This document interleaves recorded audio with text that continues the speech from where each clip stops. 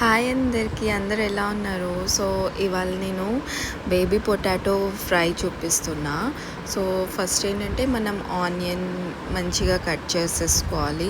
Onion ఇంకో tomato అన్నీ cut చేసేసుకొని మనం రెడీగా ఉంచుకుంటే ఆ పొటాటోస్ని ఒక 1 విజిల్ అట్లా కుక్కర్లో బాయిల్ చేసాక మనం దాన్ని చెక్కు తీసేసుకొని అప్పుడు మళ్ళీ ఆ పొటాటోని మనం డీప్ ఫ్రై చేయాలి.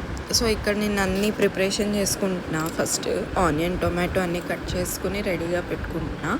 ఇక్కడేమో ఆ ప్రొసీజర్ చూపిలే అండ్ కుక్కర్లో పెట్టింది. సో ఇక్కడ ఏంటంటే అన్నీ అయిపోయాక ఇక్కడ డీప్ ఫ్రై చేస్తున్నా. బ్రౌన్ కలర్ అట్లా వచ్చాక మనం తీసేసుకోవచ్చు ప్లేట్లో పొటాటోస్ని.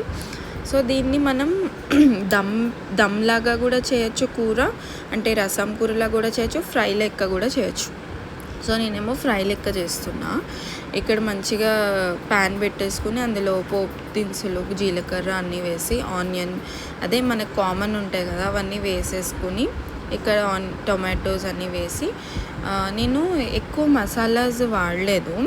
అంటే ఒక కాశ్మీరీ లాల్ మిర్చి అంటారు అది, ఇంకా కిచెన్ కింగ్ మసాలానే వేసా అండ్ లాస్ట్లో చిటికెడు గరం మసాలా వేసా అంతే.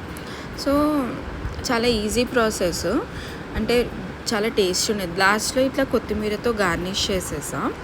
సో చాలా బాగుండేది, అంటే షేర్ చేసుకోవాలనిపించింది, సో చేసా.